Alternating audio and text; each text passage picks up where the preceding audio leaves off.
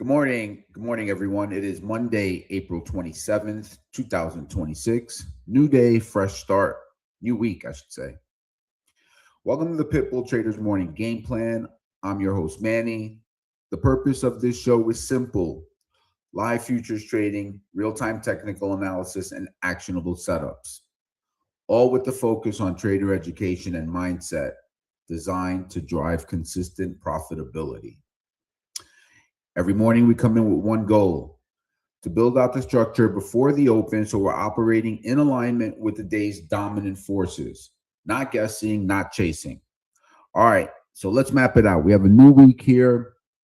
Let's jump right into the charts. Starting off on the 4-hour on a higher time frame, we're going to start off with the 4-hour chart and just go through the progression. Let's see here. Okay.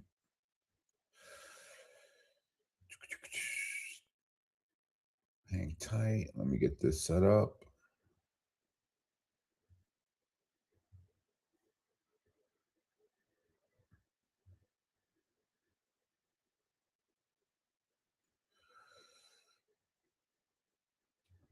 All right, guys, let's map it out. 4-hour time frame on our highest time frame.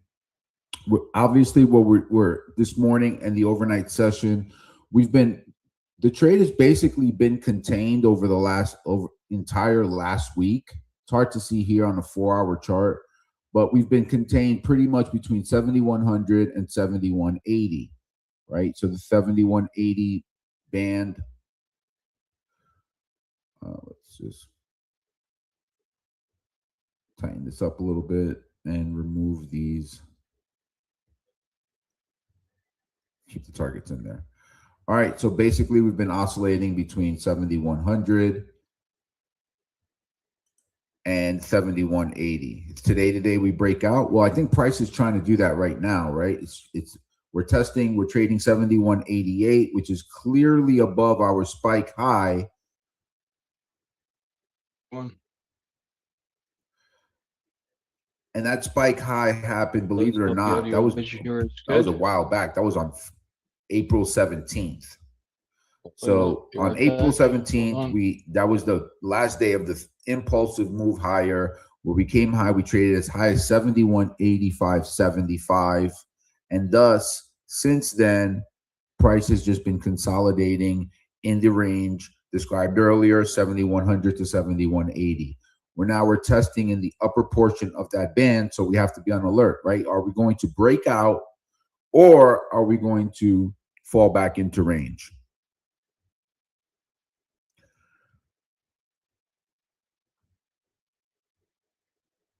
I mean, let's keep this simple, right? Above 7,180, we have to look at 7,180 to 7,150 to 7,180 as a support band. I know that's wide, but that's kind of the higher time frame. What the higher time frame is telling us. Once we drill down to the 15-minute, we'll be able to isolate a little bit closer and tighten up those ranges and give us something a little bit that's less, that has a smaller risk band. All right. Check this out here. All right, cool. Okay, so here we are right now trading 71.85. Let's outline the most bullish outcome and then we'll go into the most bearish outcome, or a bearish outcome. All right, so trading 71.80, we're back into Friday's range. So say we open 71.88 and we get an opening drive higher that takes us above yesterday's settlement, because we're trading below Friday's settlement. We're also trading below Friday's volume point of control, which is the price where the most volume transacted on Friday. That would be 71.93, with our settlement being 71.94. So let's keep it really simple, right? We break out, we get an impulsive move higher, an opening drive type look where price opens and just immediately starts ramping higher.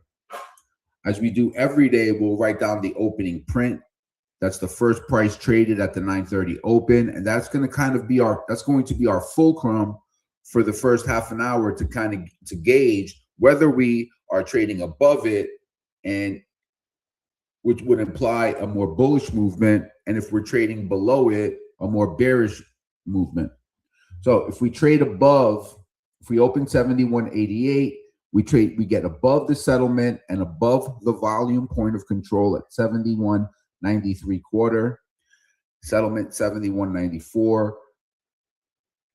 Can we get above those? And we'll know it on the open if it's an impulsive move higher, because price will just cut right through those and immediately get above yesterday's high. So do we get above yesterday's high with strength and momentum? And we'll know it if we see it, right? Because it'll be a fast move. It'll be one candle print that gets us above. So do we get above? And in that event, can we get a pullback that gets us closer to our risk range? And that risk range being the volume point of control, 71.93. If we get a pullback there and we see consolidation, then we can look for long trades with a target being the overnight high. The overnight high is currently at 72.08. All right, so we have a somewhat compressed range overnight, with the overnight low being 71.71 and the overnight high being 72.08. We have a 30, almost a 40-point overnight range. So let's look for strength and momentum off the open that gets us above Friday settlement, right? That means screens go green and everyone will start, most long positions will feel justified. They'll feel emboldened. And does that move gain a following above Friday's settlement and above yesterday's high at 7,200? At that point, we can start looking for pullbacks that get us long, with a target being the overnight high, and potentially a breakout of this range we discussed earlier that we've been chopping around in for the last, for all of last week, 7,100 to 7,180. So that's the first thing we're going to look for. We're going to look for an opening drive higher that gets us above through the settlement, 71.94, gets us above yesterday's high, 7,200. At that point, we can gauge the strength and the momentum of the move, and we can start looking for long ideas that get us long, with our first target being the overnight high. The 96% statistic will be in play there, and potentially a move higher, and that gets us, into blue sky territories. I mean, we're at all-time highs right now. So there really is no structure or any targets above there. At that point, we would just need to take our scales in a prudent manner and make sure we tighten up our risk, and then gauge the strength and the momentum of the move for follow through. Okay. So do we get an opening drive that gets us through the settlement, gets us through 71.94, and then potentially above yesterday's high at 7,200? At that point, we can start looking for pullbacks to get long, targeting the overnight high. Okay, so now let's discuss the same scenario, but let's say that we fail. We fail to gain a following above yesterday's high, right? The trap trade. We all know how much ES loves to trap, right? If you've been trading ES for any amount of time, you'll know that, clean moves are harder to come by. All right, so let's discuss, what if we get the same look on the 15-minute chart that gets us above yesterday's high, fails to touch the overnight high, pulls back for a retest of the settlement, and at that point, we'll have to gauge any bounces for traction or to gain a following. And if that fails to gain a following, if we fail to show acceptance above yesterday's high, 7,200, at that point, we would be back into Friday's range, right? And that would be a big tell that the breakout is not gaining a following, and that it's a lower probability that we can trade up to new all-time highs, or even for a potential test of the overnight high. All right, so let's be on alert for that. There's two ways this can manifest.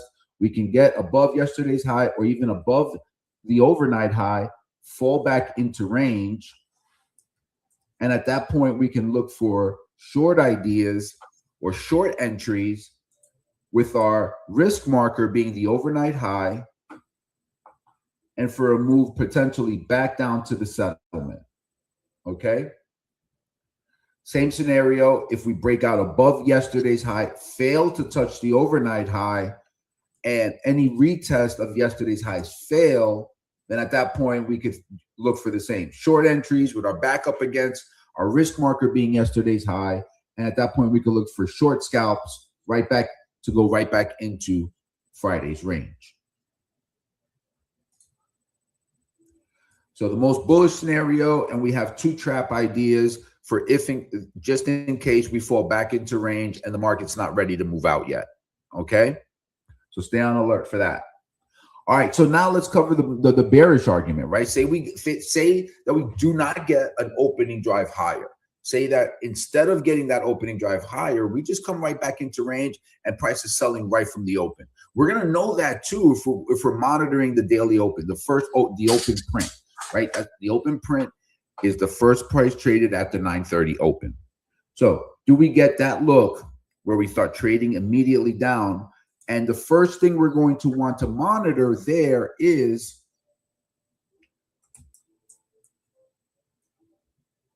the Globex open. Okay, so the Globex open, like yesterday's last night's 6 p.m. open, which is earmarked at 71.85. Let me just fix that here. Right, 71.85. Sorry, guys, that was late this morning. I had a pretty busy weekend. All right, so say we fail to get directly off the open. We see selling right off the open. We're trading below the open print. At that point, if we're opening here, we're basically only 2 points above the Globex open, right? So if we get that move lower and we start trading immediately below this low pivot here at 71.81, and there's near a bounce, then we can start looking for any pullback that gets us short with our backs up against that Globex open, 71.85, 71.81 being the lower portion of that band. We can look for short ideas or short entries with our risk marker being the Globex open or even the opening print, and we can look for lower trades down that get us to tag the overnight low at 71.50. Also, very conveniently is value area low right in that band, so they're 1 point apart, and that's going to give us. I love when these areas are stacked, right? Because if you cut through them, it gives you a good idea of what the market's intention is. But if we trade down there and we see price start chopping back and forth, trading above it, trading below it, we can start looking for consolidation. We all know how ES, when it sells, it's a hot knife through butter, right? So we're gonna know it if we see it. And at that point, if we do get that look, then ultimately, if we cut through the overnight low, then the target then becomes yesterday's low at 71.45. That trade's got a lot more skin in it, right? So we would be gauging the strength and the momentum of the move lower, seeing if we get a bounce in that zone, 71.81 to 71.85. Any pullback or retracement into that area that fails to gain any upside momentum, then we can look for short scalps that get us down to the overnight low at 71.71. Also, and then at that point, gauge the strength and the momentum of the move for follow through with a potential target being 71.45, Friday's low, Friday's regular trading hours low. Morning, Manny. Okay. So another scenario that we have to cover, that we always cover, because price can do only three things, right? It can go higher, it can go lower, or it can go sideways. And we know that very well because that's what it's been doing for the last week, right? So say that we get a move lower, we test this 71.81 band here, right? And then price trades lower, but then immediately retraces and comes right back into range. Well, that's going to give us an opportunity. We have to start thinking much smaller targets. We have to start thinking more about scalping for smaller targets because the market's just consolidating within the larger range. Okay, so if we trade below 71.81, 71.85, come back into range, then we can look for a higher low. Let's clear this out. Let me just get a snapshot of this for my review. Let's see.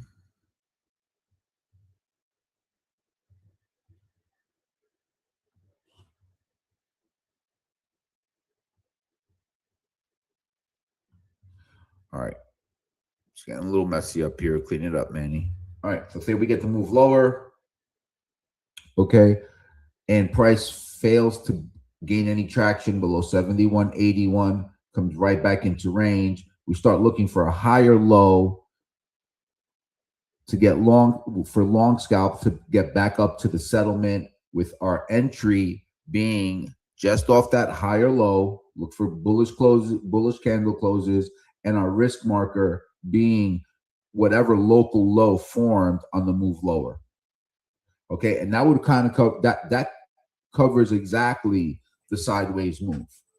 Another way that can materialize is the same concept, except that we get below the overnight low. So we trade lower, we get below the overnight low, we look below it, we fail to gain a following, we reclaim it, maybe potentially even get a fade off of it that gets a slightly lower low, but that low fails to gain a following, and then we come back up, reclaim it. At that point, we get that inverted head and shoulders look, and we can look for long entries on the break of whatever these local highs are. We can start looking for long ideas with a potential trade or a potential entry on a break of a trend line that would form. So we get the inverted head and shoulders, and then confirmation on the break above whatever local high has formed. We can look for long scalps right back up into test the daily open, and ultimately to go up to testing the settlement and Friday's volume point of control. Okay, so I think that outlines pretty much the most bullish argument. Two trap ideas above the yesterday's high or above the overnight high. We also covered the most bearish argument, right, where ES just hot knife through butter, gets right through the overnight low with strength and momentum, and we can gauge any pullbacks there with entries down to yesterday's low. All right, so there goes the opening bell. Let's get into it. Immediately, the first thing I'm doing is I'm writing down the opening print. I want to make sure I know exactly where that opening price is, right? Okay, so that open print, 71.86 quarter. Oh, hey, Tom. Hey, good morning. Hey, sorry, Tom. I did not hear you. I had you muted. I had the most important things I was talking about, and you just never. Oh, sorry, Tom. So sorry. I was just no. It's all good. Completely. No, actually, I was having problems on my end. So okay, all good. I can hear you now. Sorry about that. Oh, that was terrible. Okay. So that covers it for me. Maybe I'd love to hear what your thoughts are here coming into the day. Yeah, it's you know what? You take a look at the market, and this is a 30-minute chart of the E-minis. If anybody's focusing in, I just want to take the session profiles off, and if I put a distribution profile, and just going back from a week ago Friday, and put this balance area, make a distribution of this, you have a very low, you kind of have two distributions separated at the 71.81 level, right? So prices that were bouncing above that, they ticked above that. And when I put the sessions back in, it kind of shows you here on Friday Friday's action broke above, and after we broke above, it was pretty early in the morning, like 11:30 you guys time in Eastern time, and kind of just went sideways. This morning we dip below, and we're above that. I think that's kind of it's going to be a little bit of a kind of a no-go trade. I want to stay positive, bullish above this line. If it breaks below, it may be rejecting the prices above. But the way it looks right now, it's, staying above that, we're fine. But, this morning was kind of quiet. Yesterday afternoon was pretty quiet, pretty tight range. So that's my thoughts of that. Is just kind of agreeing on exactly what you were saying about most of your levels. I was in and out. But if it gets below this 71.81 level, we could start rotating down towards the 7,087 level. But right now, just as long as it's staying above this level, I'd be a little bit more leaning towards the bullish side. Great. And just to remind the viewers, what level is that again? For the 71.81 level. 71.81. Okay, great. Yeah, that's kind of it just shows when you merge distributions or merge days, you get probably a little bit better idea of what the markets are saying their distributions are. And the low volume areas, and that's all I did here for the people who are, I did that, and there's a very low volume area. And as you can see, it's been the top, and as it broke above this on Friday, stayed above it.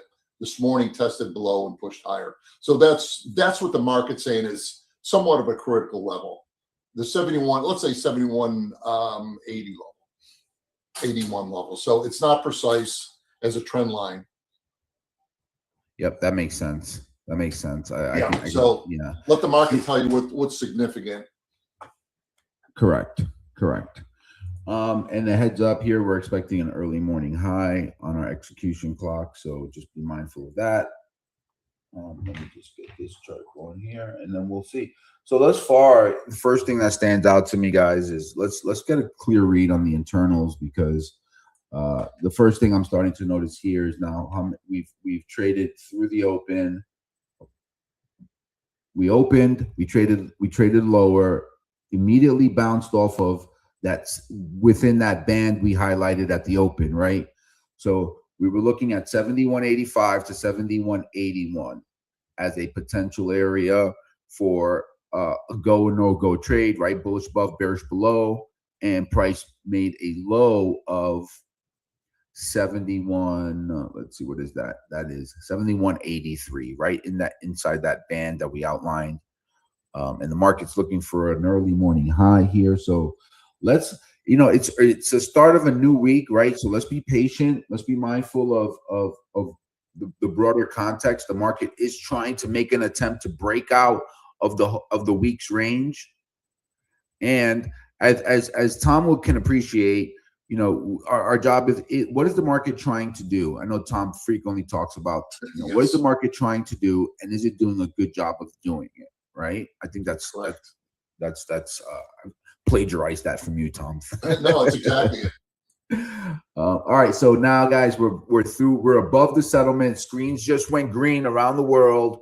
Everybody's bulled up, new all-time highs. Let's go, right? But not us. We know what we're looking for here, right?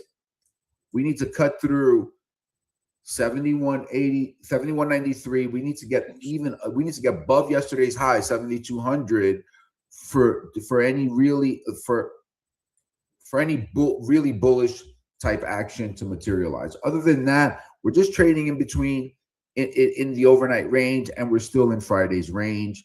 Nothing new here, just chopping sideways. And we outlined also what the sideways argument might be. So let's just be patient here. Remember, it's a new week, right? We're starting out a new week.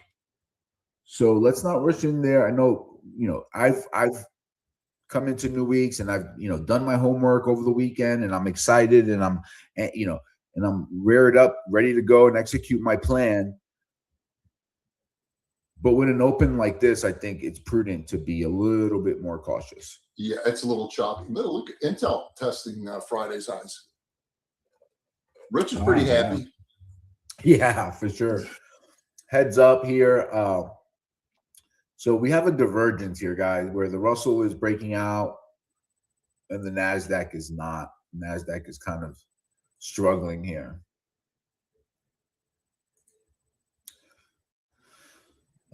No tell from the VIX yet. Let's see what crude is doing. Crude is up 2%. Yeah, up 2%. Which, over the last few weeks have been putting pressure on the market. But it's kind of like earnings have been good. Earnings have been really good so far this first quarter.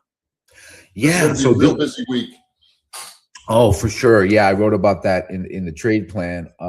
It's going to be really, really, I think this week we're going to see, if the market is going to break out, we'll see it this week. If the market is, if we're going to go into a distribution phase, I think we're going to see that this week. Just with this amount of news, position traders are going to be looking for this type of environment to either add to their positions or take profits. So let's just be mindful of that.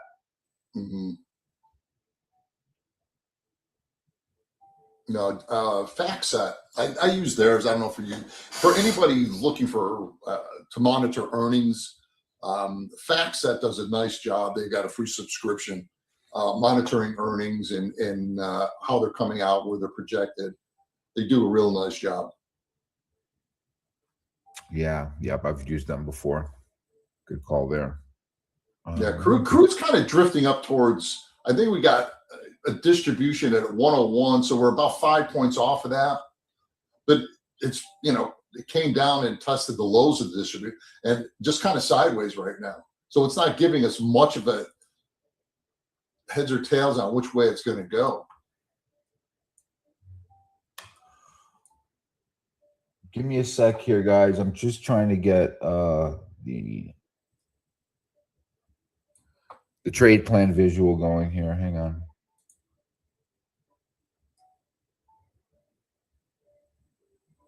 Okay. Yeah, again, we're starting to test Friday's highs.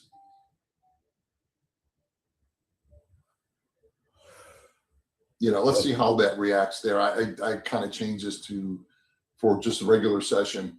It cleans it up a little bit on the E-minis. And let's see how the reaction is at the top of the range. What was it? It's basically 7,200. Is that the high print?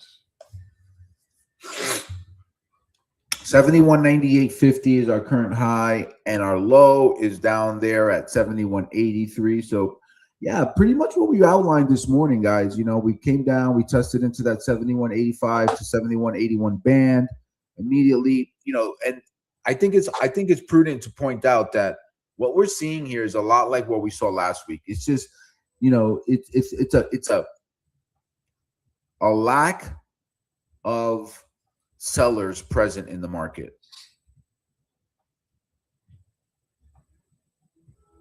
Look at it. It's just kind of stuck in this range. I just pulled it I don't know if you heard, is just the regular session. And we're pushing towards the high of that. So we're kind of stuck in this tiny range here. Trade accordingly.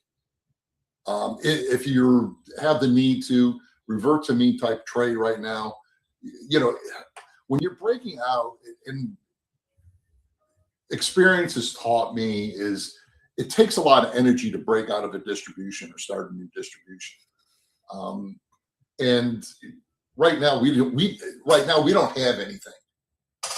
Today's session is just kind of quiet, not moving one way or another, indecision. So traders aren't putting big bets on one way or another, and use that tone.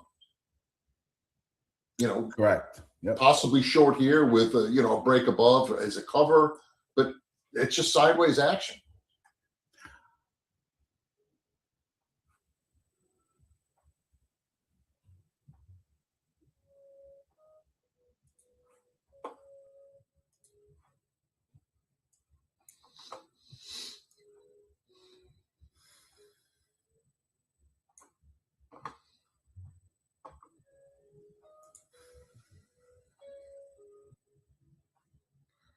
what makes this what makes this pretty simple, guys, is having this, essentially an entire week of consolidation, of sideways movement, right? We spoke about last week how we have to analyze this area as less of a pullback, but more of like a pullback in time, right?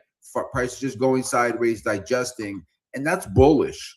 Surface wise, that's bullish unless we have something else that's telling us that it's not. I think we need to stick with the trend. However, it's easy to tell here that the market is kind of struggling, and I think that the one level that matters, the two levels that we need to gauge are yesterday's high 7,200, and do we get above that with strength and momentum? And on the lower side, I think we can use 7170 as our go or no go line, right? So if we get below 7170, all of these early buyers are wrong, and we can look for a test of yesterday's low at 7145. It's that simple.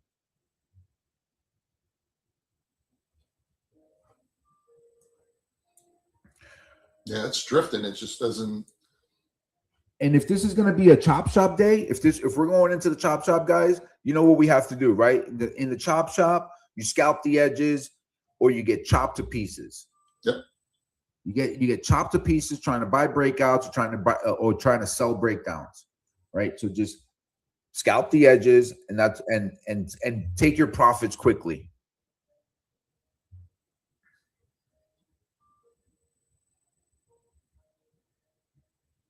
That's one of the things is you kind of learned of reading. The quicker you could read the personality of the market. Now it will change during the course of the day as events unfold. But if you could get a good idea of the personality, if you could get a good idea of what the personality is of the market, you just take advantage of it. Yeah, good call. Yep, I agree. I know a lot of people that make a lot of money coming out of the open, but I've gotten cut up taking the first trade in the morning. Hey, you know what? No, that's serious. I am a shitty trader at the open. I know it. If you guys are really good at it, I have at it. I've just never been good there. I know my strengths. I know my weaknesses. I suggest you get in tune with what yours are, because that can save you. They can save you a lot of money.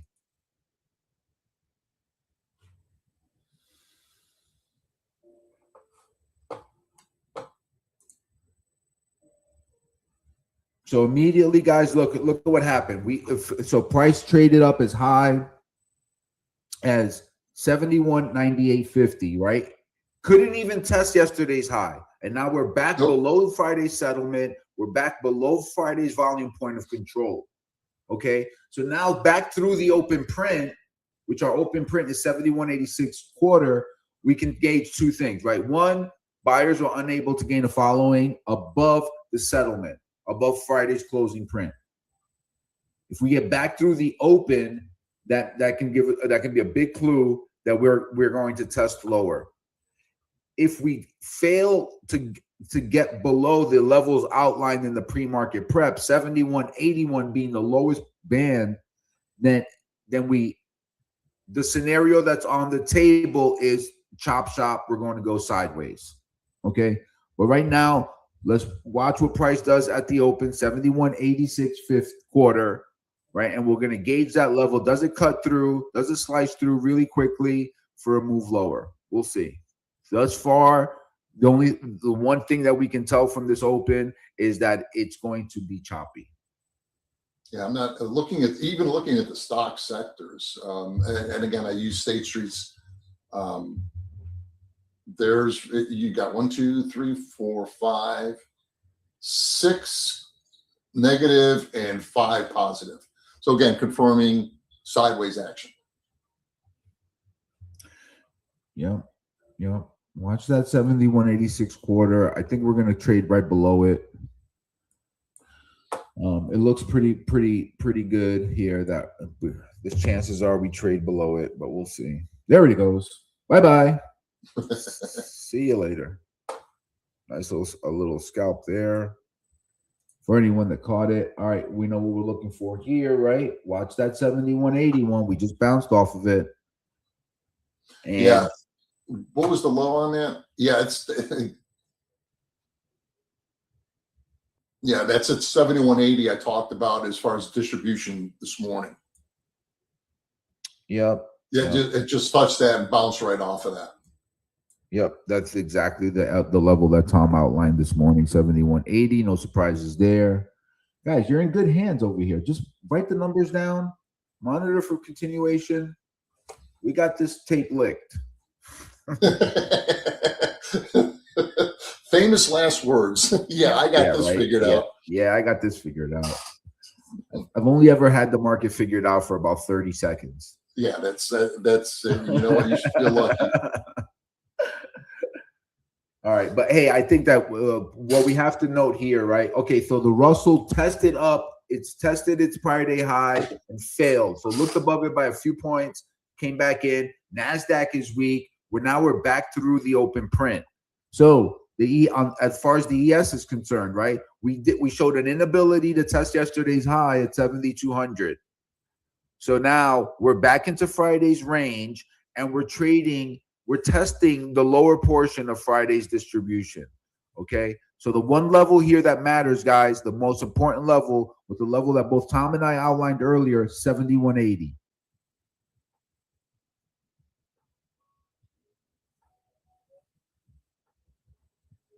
How was baseball this weekend?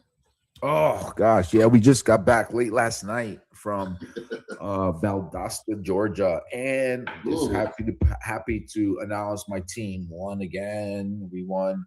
I got here another ring to add to the collection. Nice, in spite of the coach. Yeah, no, I played all 9 positions myself.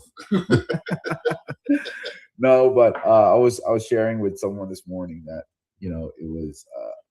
Man, I was really tired because it's a long drive, and you kind of get depleted because, if you win the tournament, that means that you're playing deep into Sunday night, and you probably got to the park at 8 in the morning, and you're not leaving until sometimes 6, 7, 8 o'clock at night. That was what we had last night. Long drive.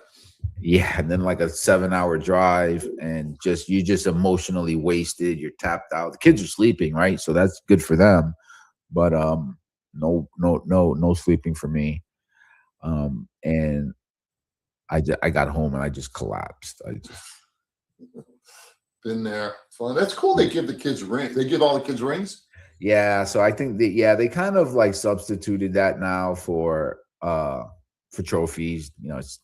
That's what the trophy is. Yeah, that's pretty cool though. Yeah. I have there's we joke now because I have 2 teams, and we've won quite a lot of tournaments. One of my kids has like 24 rings that she's won. Yeah. And so she has, I told her, you ran out of fingers. But they kind of, we tend to coach in a way that says, hey, you know what, let's not focus on getting the ring. Let's make sure that we're playing well, that we're hitting our spots, that we're following, we're getting better at the things that we outlined in practice. And that's really what the most important part of it is for us. And the team, because then everything else falls in line. And so obviously we're winning, and that's fun. But the kids are really getting better, and that's exciting. That's really exciting because being where we live in Tampa, Florida, it's a youth sports hotbed. I mean, it's just like you could making your high school. We joke often that making your high school team is like making a Division I team here, just because the sheer amount of talent in the area is insane. So we have to play well. And in order to win, it's earned. But yeah, so guys, we're now right back 71.83. We're testing that lower portion right here, right? Kind of drifting. Yep, this is This is where you don't want to initiate a trade, right? Because if you're No, getting it's short, you could get a bleed through, which it looks like that's what the intention is here. And if you initiate a long, well, you could initiate a long and put your back up against the 7180 low, yep. and that might work. At least your risk is clearly defined.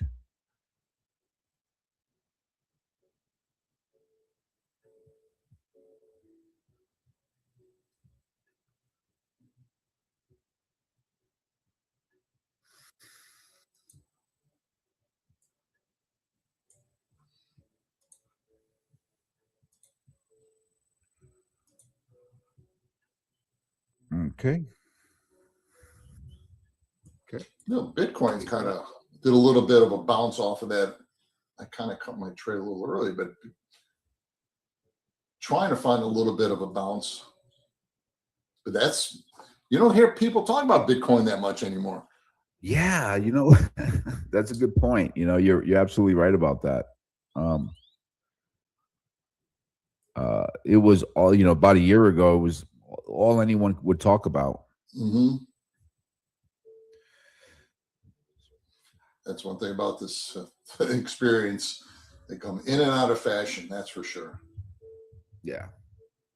All right. So that looks like that little scalp long off of that low worked. As soon as I said it, I just took it. But I scalped it. I'm not going to stick around very long here. So I got 3 points on the top side. Yeah, that's nothing wrong with that.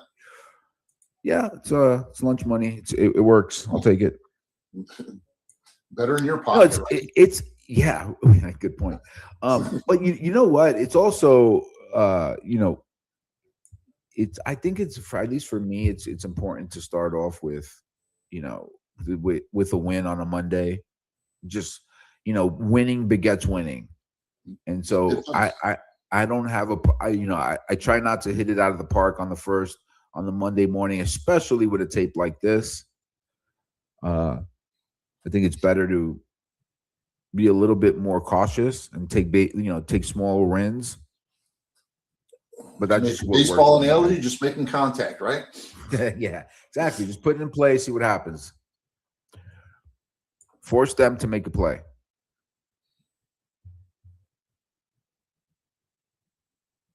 It's doing pretty much what we talked about. It's just kind of drifting one way or another. It doesn't have. Now I'm regretting exiting the position. I mean, but that's part of it, right? Like, it's rarely, you're going to get everything you want out of a trade, right? But yeah, whatever. Okie dokie. We bounced right off of the area where we said moving higher. Of course, could have held that a little bit longer. Yeah, crude's pulled back tiny bit. Let's see. Okay, so we got internals are still mixed. 2-1 positive on the NYSE, 1-1 negative on the Nasdaq. Russell looks like it's grinding a little bit higher, and there's a huge buying tail in the Nasdaq. So I'm not reading too much into any of this. I think it's just choppy sideways, guys. Choppy sideways. We're looking for that AM high. That was the reason why I took that scalp long.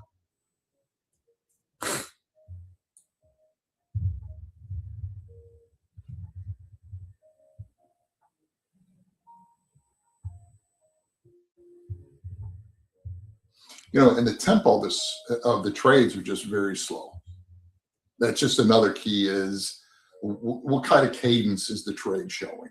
And it's, this is not one stepping one way or the other. It's just, just little chops here and there.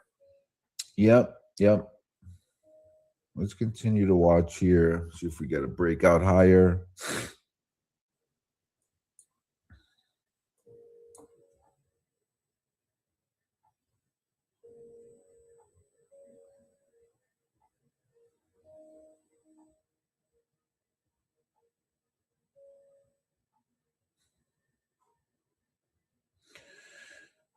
Yeah, this when you look at just the regular session, it just cleans up the chart and takes a lot of the overnight noise out of it.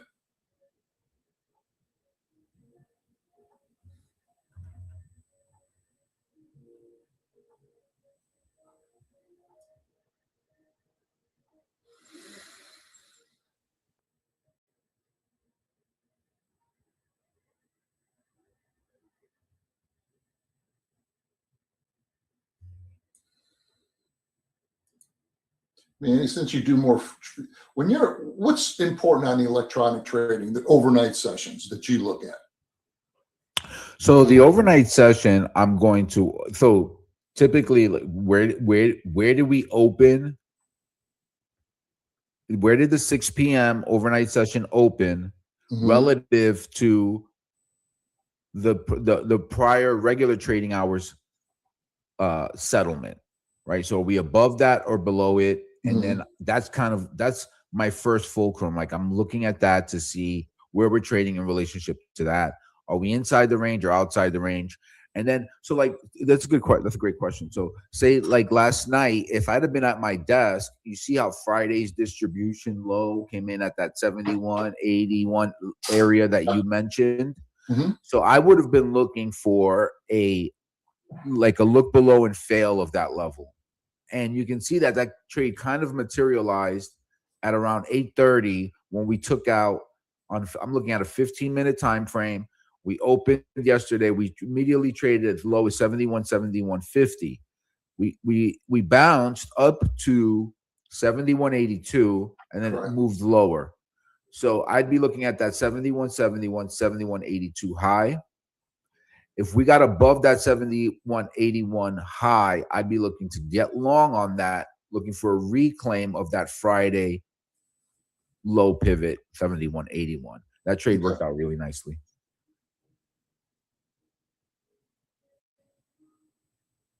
So you're looking at the relationship of the open for versus the close, and you're also in the highs and lows. Correct. Okay. Yep. So I'm looking for, do we do where was the prior days, you know, uh chunky distribution? Where are we trading in relationship to that? And can I, trade the trap, right? So Mhm. so kind of like what I just described. I'm looking for that look below and fail or look above and fail. Let me just make sure that I have this right here. Yeah, crude is coming off a little bit.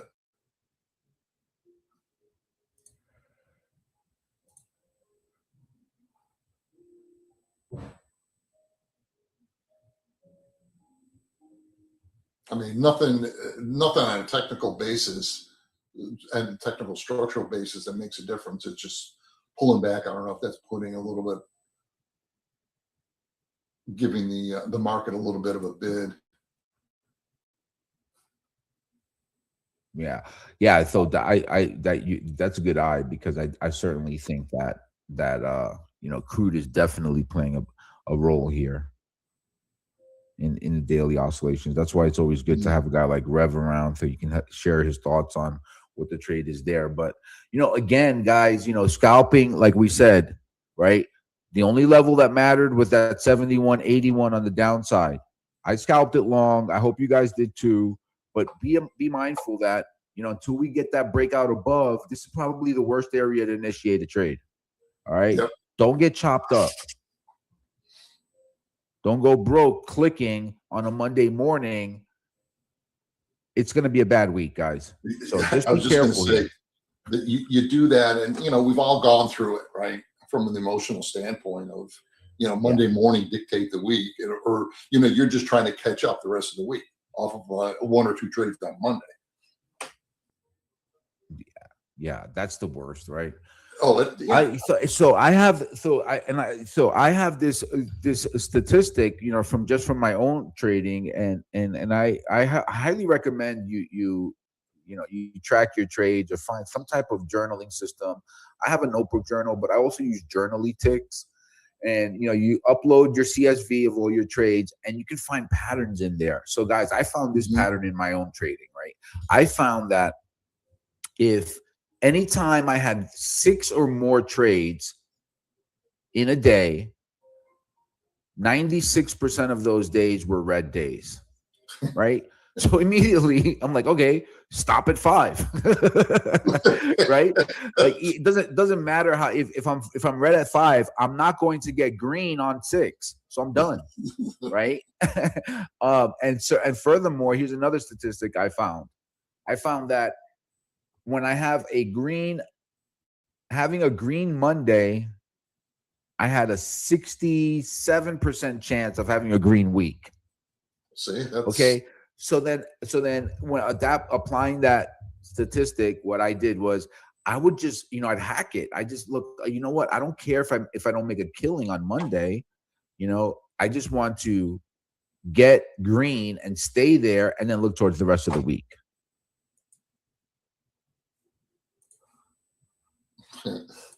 It's funny how those statistics, they come out, they shock you. Like, is that, man, yeah. I mean, that's the truth right there, right? There's just no way you're going there's no lying in those numbers, and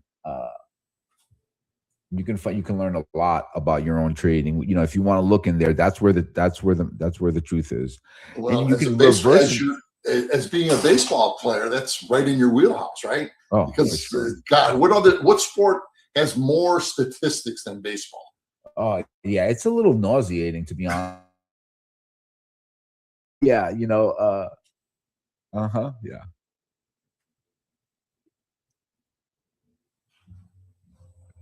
Okay, hang on a second. Let me just get it up here.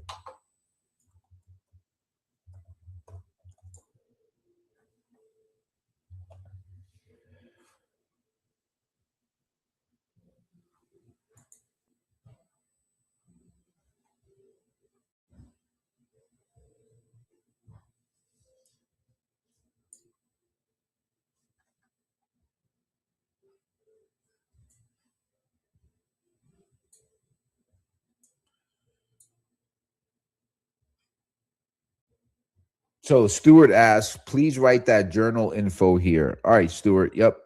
Here's let's see. Let me just get the website up here without posting all of my account information, because I was actually looking at it, and that's what made me think about it. Here we go. Wait, is that it? Let me just see. So here's what I use. It's Journalytics.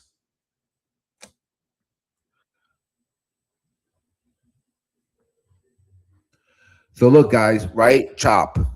Right back up. Couldn't test the early high. We traded as high as, look, retest. We went as high as 71.9750. And now we're fading right back down into range. So thus far, we've traded below the open, above the open, back below the open, back above the open. Same could be said for the settlement, 71.94.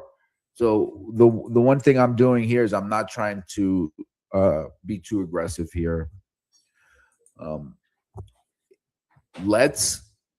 This looks like a scalp the edges day, guys. Here's something to look at. I'm sorry, Manny. I apologize. No, you're fine. You're fine. Go ahead. No, I'm just kind of looking at crude.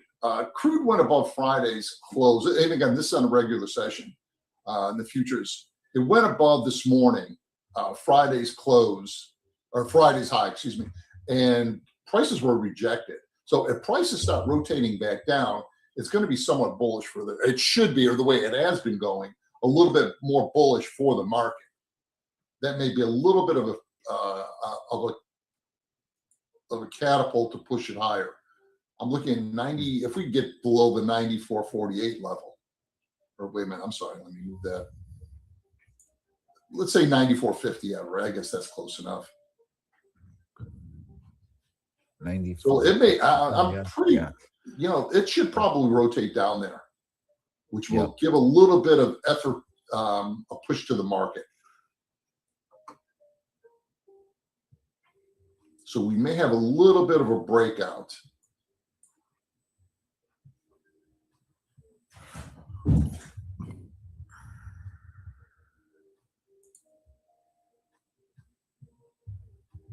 The probability stays strong here for chop. Yeah. Oh yeah. Without a question. It's nothing saying anything different. So let's so guys, I think remember the earlier scenario that we outlined in the morning as part of our pre-market prep. If that's the context, right? Mixed internals. If that's what we're looking at here, then we want to try to gauge the strength and the momentum of the moves when we get to those levels, right? So yesterday's high, overnight high. Let's see what happens there, and let's just be on alert for a move that fails to gain a following and a move right back into range for scalps, right? We already had one scalp off the low, 71.81. That one worked out nicely, even though it was an early exit on my behalf. Let's just maintain that mindset here.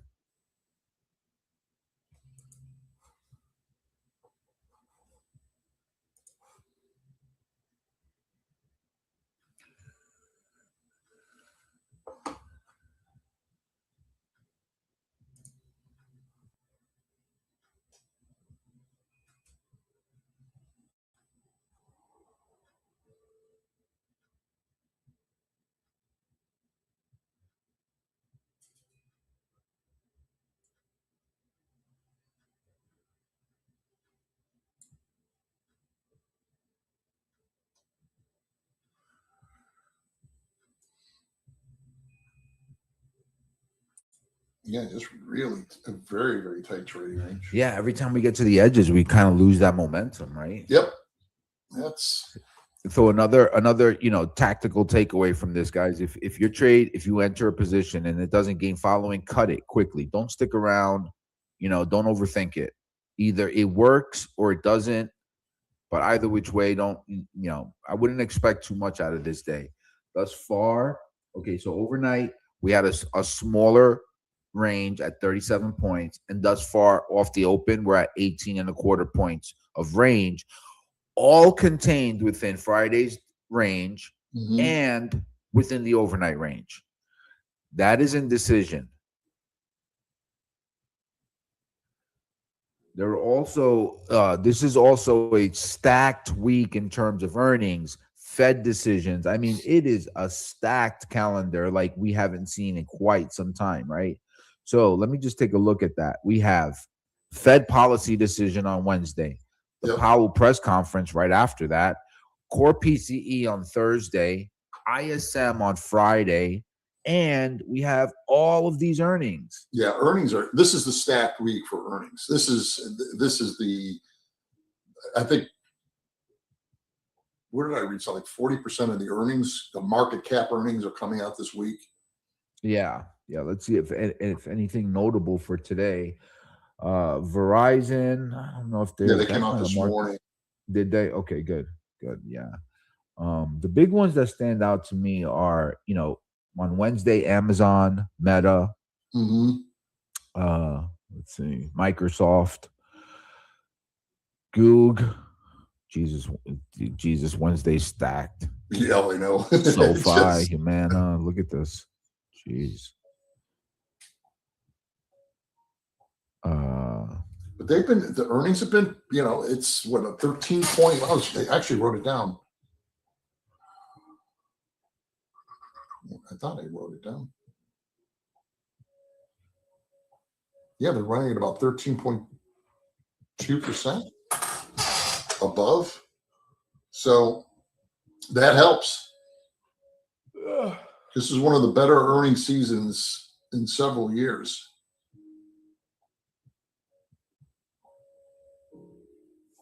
I think the market, is going to need good earnings to keep this run going. Underlying, I'm going to go out on a limb here. I typically try to stay away from this stuff on stream, but higher time frame, big picture stuff. I just penned an article for the opening print at Mr. Top Step. You should check that out at mrtopstep.com. And it's it's a mixed bag at best. But I titled the article, when the tape starts to shift, because there's a moment in every market cycle where things still look good on the surface, but underneath something changes. And I made an argument for why we might be there now. Structurally, we're in a shift, right? The hourly trend is still up, no question about that. But the internal book is starting to show pushback, right? So up at 72. Let's see, what number was that on ES?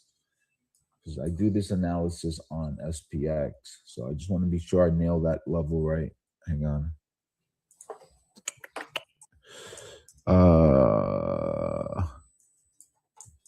Okay, so 72.30 to 72.40 on ES.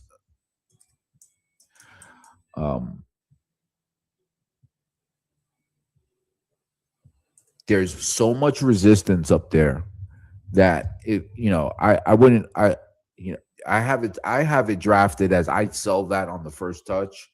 Every morning, guys, we put out 6 to 8 high probability setups. They frequently catch the high and the low, or the low of the day. Last week, 3 days out of the week, those setups caught either the high or the low of the day. And on one day, the setups that I put out at 8:30 in the morning caught the high and the low of the day. So a lot of work, a lot of study goes into crafting out those levels. Obviously, not many of them are in play here yet because we're still chopping around. And what I want to highlight is that there's in the book, there's internal pushback, for lack of a better term. This isn't the clean. We're not going to see the clean, impulsive move higher that we've been seeing. That's done. That easy trade is over, and it's starting to feel like a test of the highs. And I'm not saying that the all-time high is in by any means, but what I'm saying is that there's signs and there's signatures, there's clues that there could be potential distribution going on. Okay, so if you think about it, right?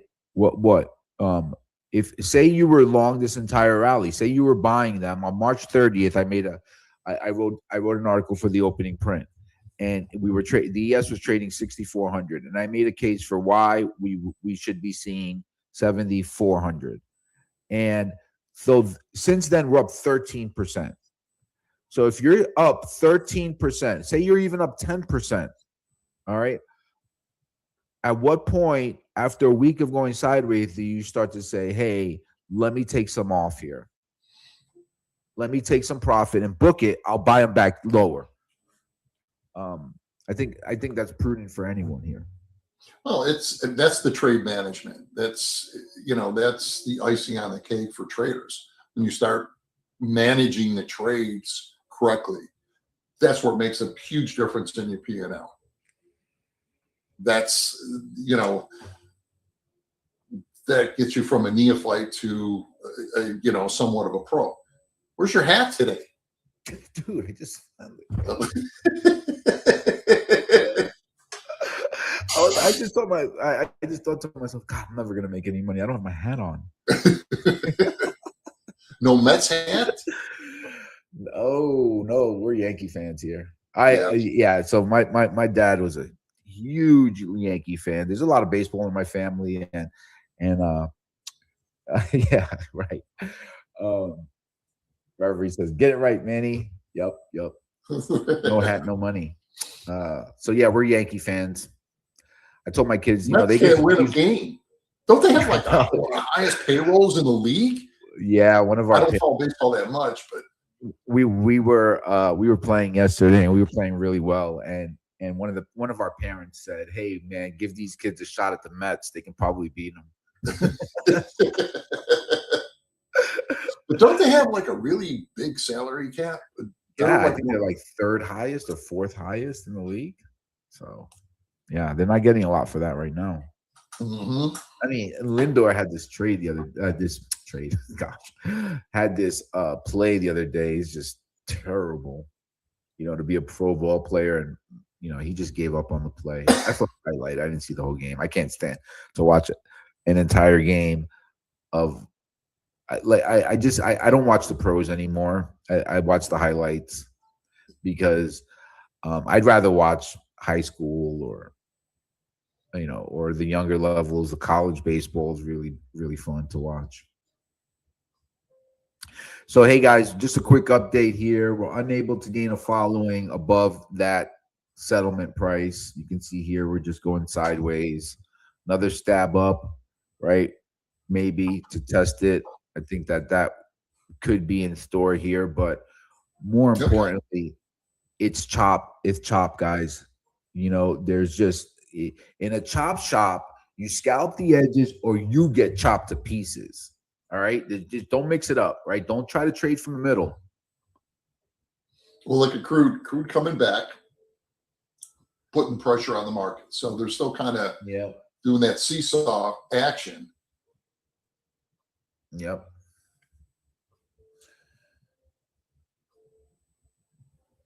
All right, hang tight right here, guys. Tom, I'm just gonna go use the bathroom. Give me 2 Sure. seconds. Absolutely. I mean, look at gold's not really doing much. I mean, it's pulling back a little bit this morning, but that's also stuck sideways.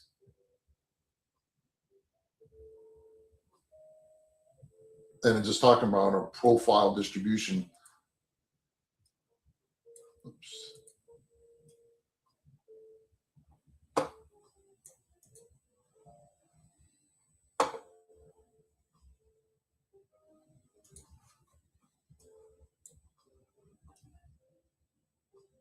I mean, possible again. If with trades using market profile, again, doing merge profiles, you're going back from last Tuesday. We're balanced, but this is obviously a very mature profile, and as Manny says, is trading the edges, and here we are. It's an opportunity maybe for about a 20 point on the upside on a bounce, but it's really not doing anything. So we could get a little bit of a bounce there if anybody's trading gold.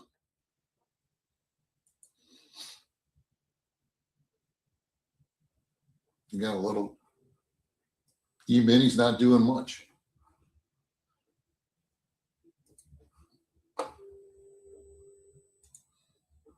Crude starting to test Friday's highs, excuse me. Or actually today's highs.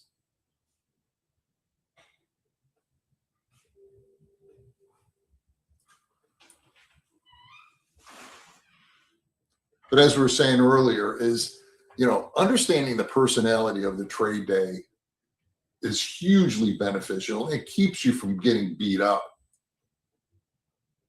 Yeah, that's sound advice, right?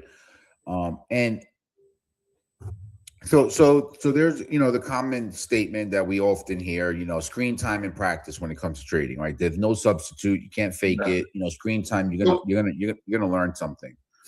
And I think that's what Tom's talking about when he says, learn the personality of the market you're trading, right? Screen time in practice is going to help out a lot with that. And then, on the other side of that is when you hit the the law of diminishing returns, right? Or the Pareto principle, in that once you have screen time in practice, then you need to start, understanding that you don't want to spend too much time staring at charts because you can that can come back to hurt you. But once you understand, so clearly, there's a wealth of it. There's a huge amount of experience right now in this room, and what we're kind of outlining comes from that, right? Of course, I want to trade, I want to make money, but the tone has been from the open, hey, let's watch first and make good decisions that follow, a sound logic chain. And thus far, we're just not getting anything other than choppy two-way price action. I had the scalp off of the 71.80. I think I took 71.83 to 71.86. Nothing too spectacular. It was a scalp.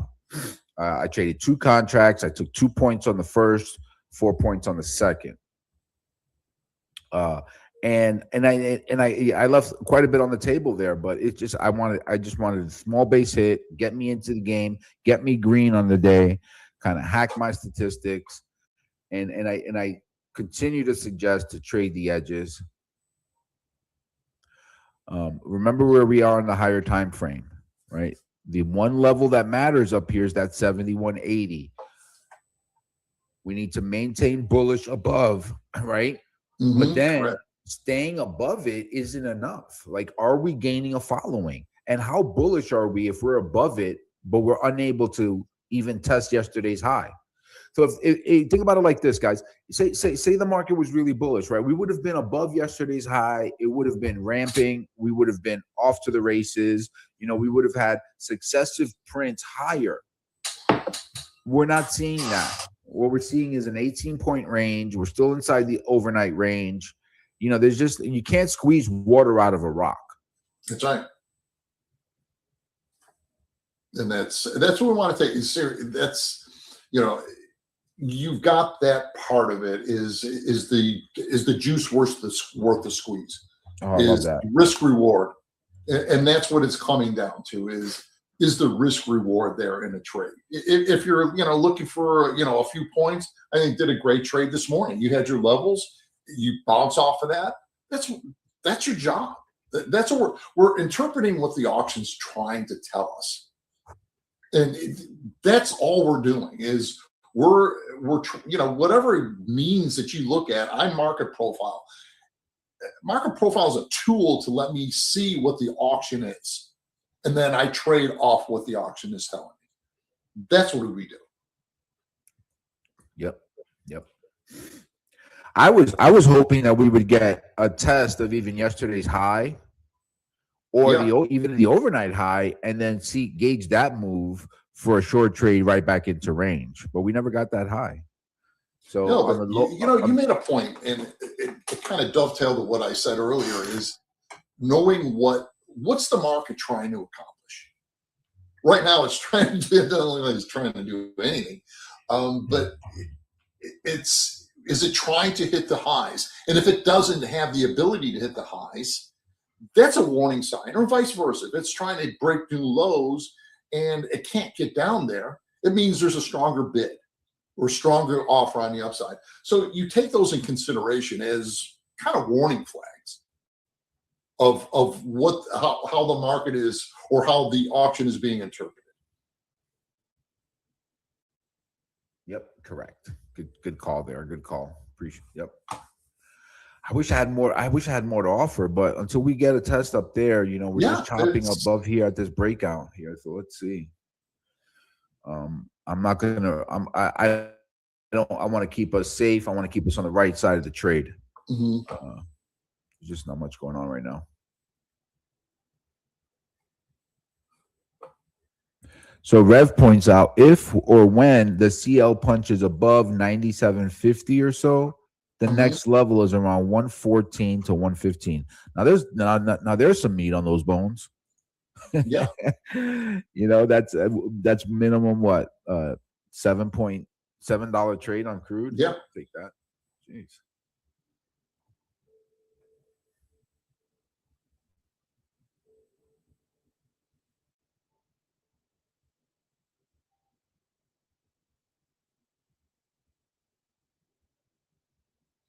Yeah, if it could do that. Crude has been, including so far today, we've been in the range of Thursdays. We've been balanced. Today's going to be the third day of balance. Huh.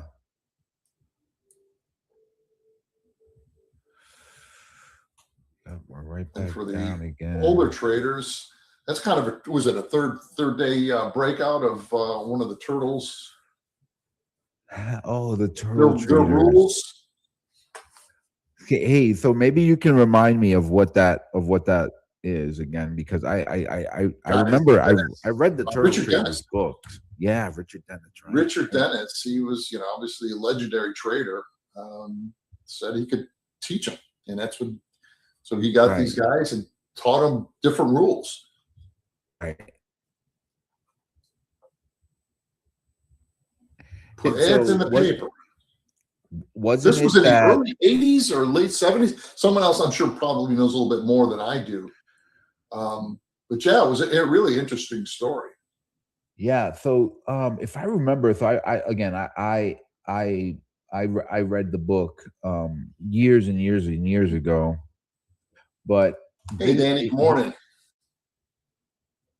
Yep. Okay. Danny points out in the Pitbull Traders chat that you knew Richard Dennis, right, Danny?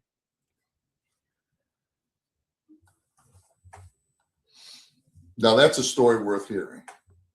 Hearing it firsthand.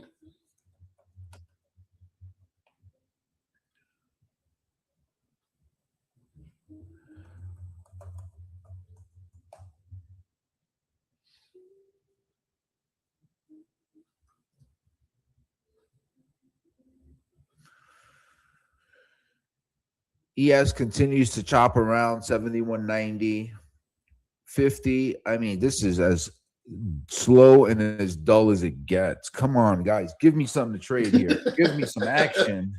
Don't they know that I'm live? This was the same thing I think last Monday.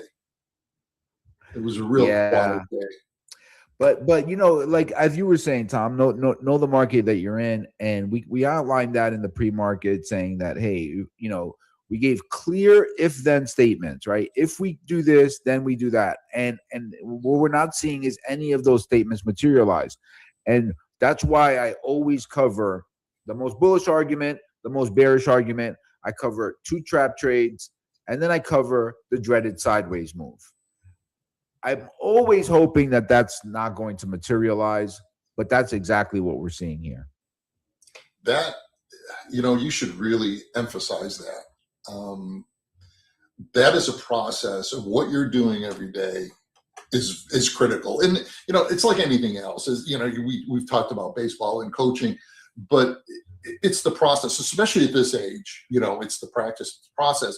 The John Wooden type of attitude. And it's the same thing with trading. And you know what? For the people, the traders that are somewhat new, you do exactly what Manny's doing. You're leagues ahead of everybody else.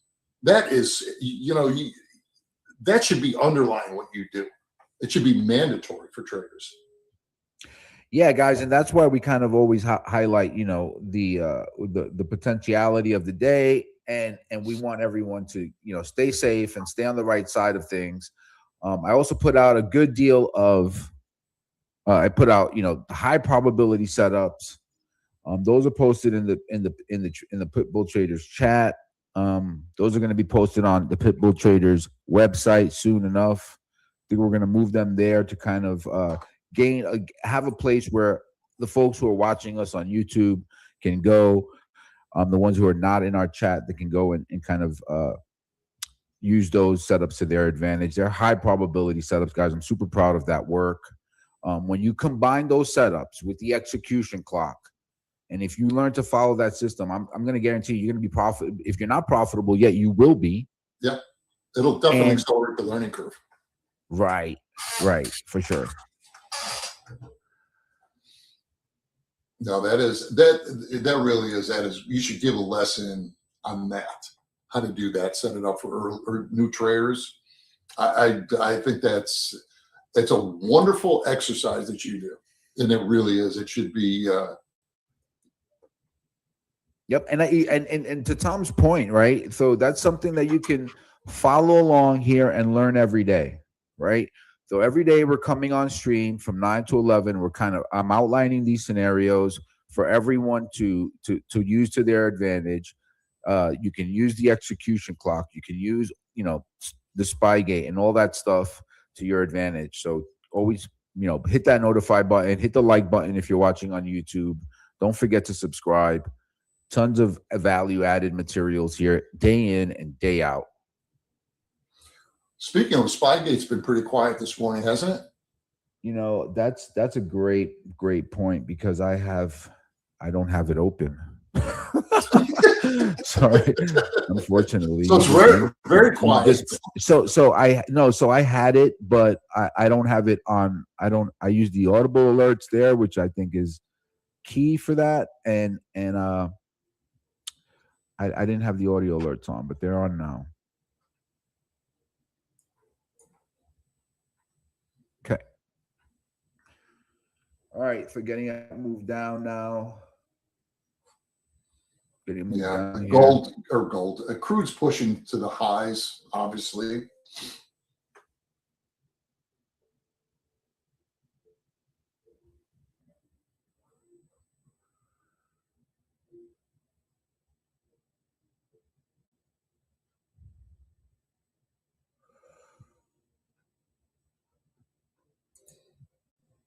But again, the tempo of the market is just like a Monday morning.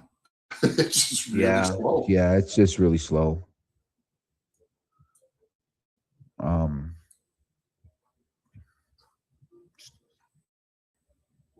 We have an 18.25 point range, all contained within the overnight range. Mm-hmm. Yeah, don't click yourself broke out there, guys and gals.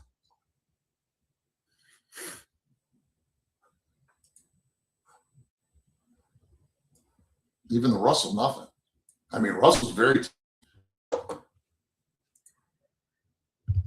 Yep, that looks fairly. The one that has more of a directional bias is the Nasdaq, and that's kind of been trading lower.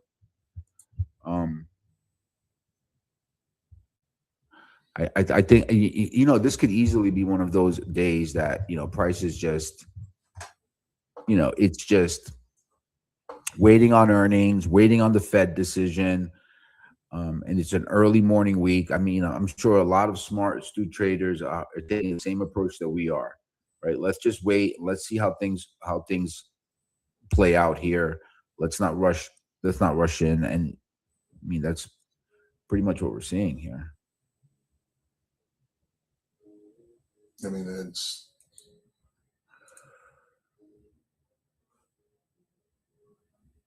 crude testing the highs, the E-minis testing the lows. We're towards our lower end.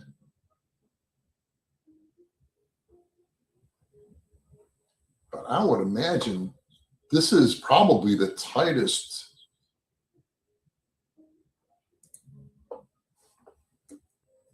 This has got to be the tightest hour range we've seen.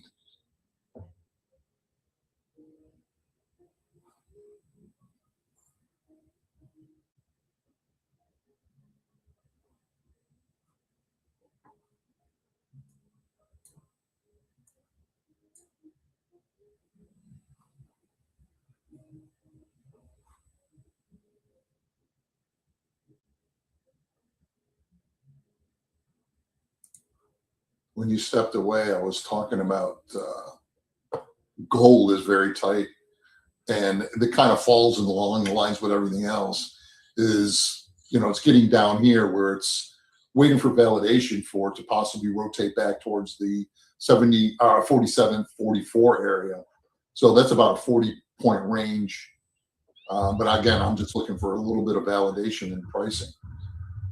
Right. Yep. Okay, we got a pop here. I don't know if this is a news poppers or what the case might be, but I'm getting a little bit of a pop here.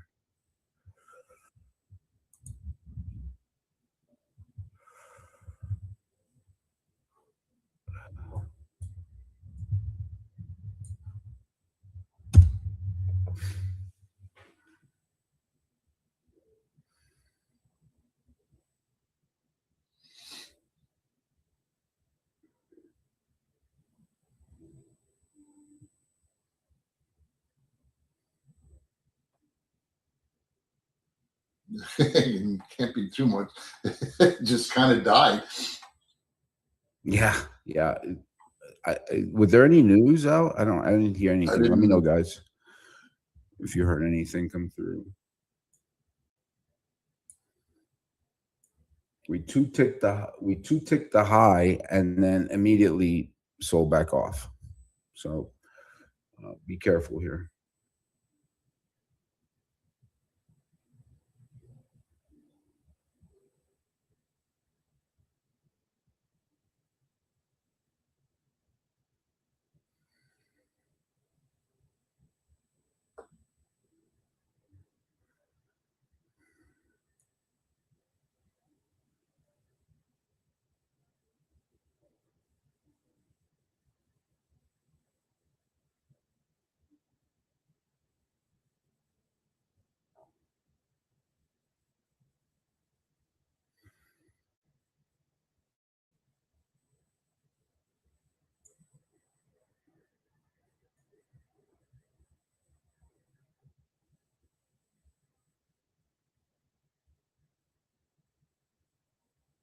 Yeah, we're just dead. It's just not moving.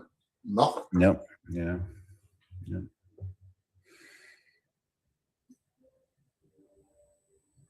So weren't the turtles like trend followers? Like, wasn't it all based on a trend following system, if I recall? Yeah, I know one of the rules, and again, uh, I think Danny's obviously much more the expert on this.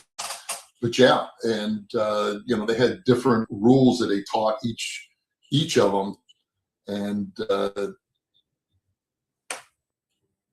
yeah, they were. It was a trend file. That was my understanding. It was a trend file. I know one of them. It was the 3-day break. Is that if you've got, what were we looking at? The crude, was it crude? We were looking at, it had a 3.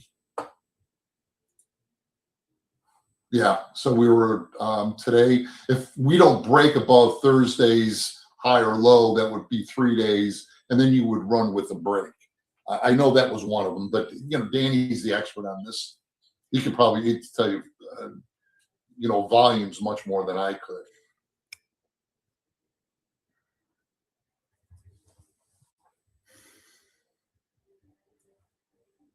In fact, I don't know how many. I don't know if Danny's still there. How many turtles there were? Yeah, and I remember reading in the book that, well, not in the book, but afterwards, how there were some how there were, like, several of them went on to find good success in Yeah, trading. Um,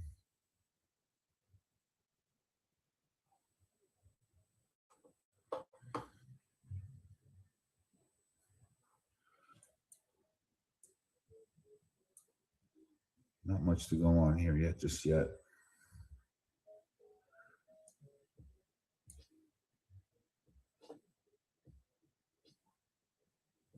yeah. This just doesn't want to give us any kind of hints.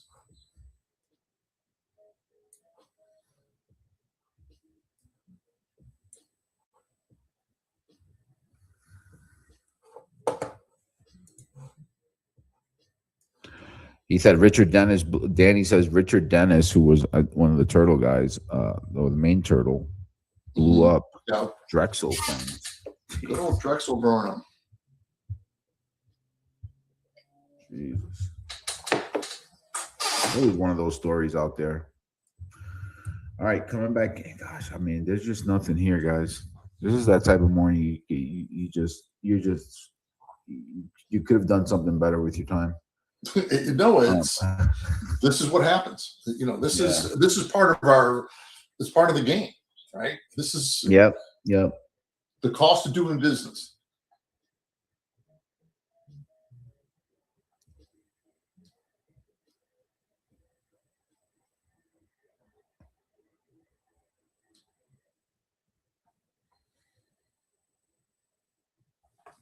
This is the day where having the execution clock really, really helps, right? Because you're going to want to use, not only do you want to stack your edges, right, but you have a a tool that tells you when to trade, when not to trade. That's posted in the chat every day. Again, that's also moving to the site, so look out for that. Mm-hmm.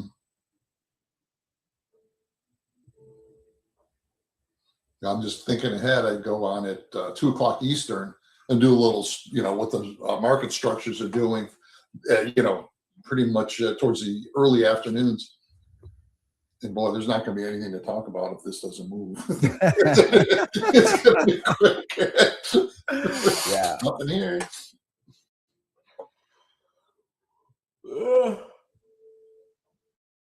This kind of day you have to drill. You end up midday. You end up looking at a 1 minute chart. Yeah. Oh God. Especially after your 7-hour drive last night. Yeah. And I'm just kidding, guys. I don't look at a 1 minute chart. It make me too dizzy. That's the thing. The lowest I'll go is a 5 minute. I know guys that's all they could trade.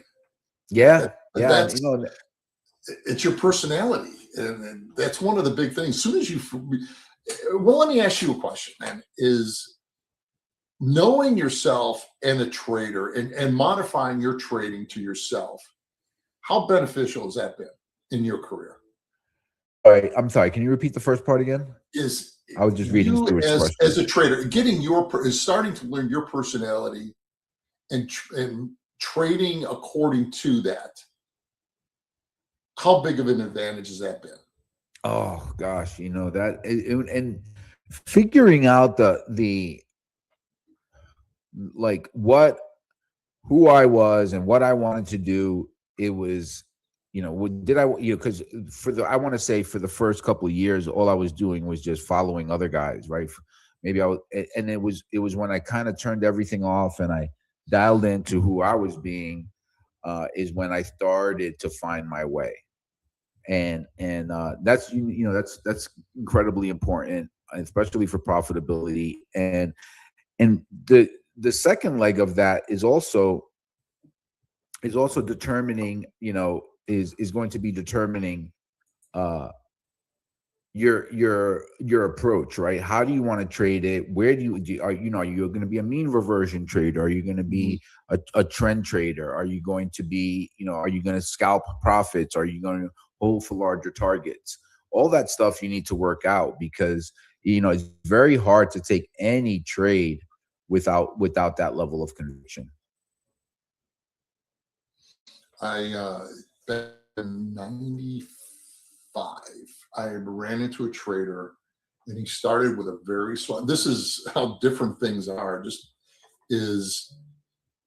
he started out, he had a small account and he said, I forget where he lived, but it was near where Sarah Lee, he traded one stock. That's all he did. He traded one stock. And he became a millionaire trading, a staple like Sarah Lee. It wasn't even a high-tech company that had huge ranges. And he just became a millionaire just being the very best trader on Sarah Lee. Yep. I mean, who's to argue with that success, right? No, but it's especially to the newer traders, there's a lot, much worse than it is when I started. You've got so many different strategies and so much information thrown at you. And when I started, it was hardly anything. A few books here and there. But now there's so much, it's probably very confusing. Because I did a lot of running my head against a wall of let's try this, let's try that. Yep. Make it generic. And again, just for the experienced traders know this, make it yours. Make it a generic trading strategy that's yours, that has your personality, your fingerprints on it.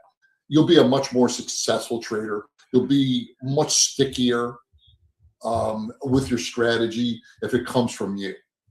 You picking one moving average of another, you do it a few times, you run into some problems, you throw it away, or the RSI or any indicator. But when it starts becoming yours, where you're putting the effort in, you're putting the sweat, that's when you stick with it. And that's kind of like your first cornerstone for your trading. Yeah, I couldn't agree with you more. And you know, for me, like the tell was, you know, I could only hold, you know, once I figured out, you know, how I wanted to trade, meaning where I wanted to take profit, how I wanted to enter, how I wanted to exit, I started to learn that I couldn't trade anybody else's methodology or call because I wouldn't have any conviction in it. Like you have to have some conviction in your trade. Like say, hey, I'm going to hold this because this is where I'm wrong. But if you're trading somebody else's way and somebody else's style, that's going to, you know, that's going to get kind of muddy on how to figure that out. And you're going to spin your wheels there for quite some time. Yep. And that's what happens. That's, you know, that's the million cuts that you go through before you become successful. Yeah. They're holding price right here, tight in range, guys. This is just, you know, chop. Like I said, scalp the edges. Don't look for directional movements. Let it prove itself first. Take base hits.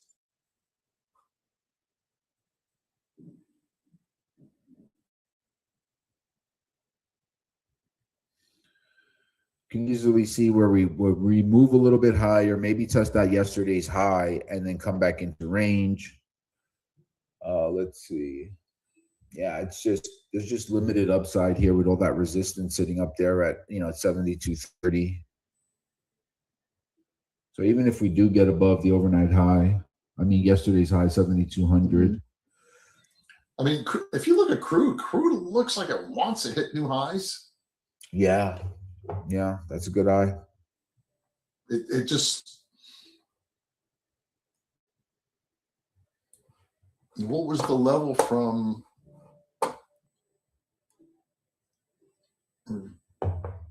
97.50 was his level.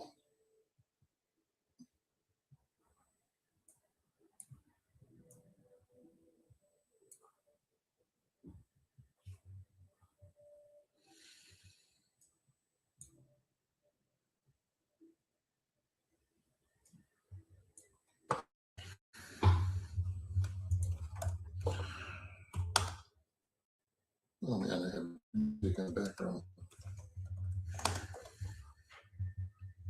Hey guys, quick heads up here. Since we're talking about crude, we're gonna bring our Rev on, who's our resident, you know, crude trader. He's gonna come in here, share some thoughts with us. Let's see if we can get him on.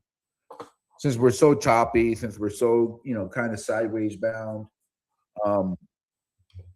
just try to add some more value, more perspective. Any crude traders, you'll want to listen in on this.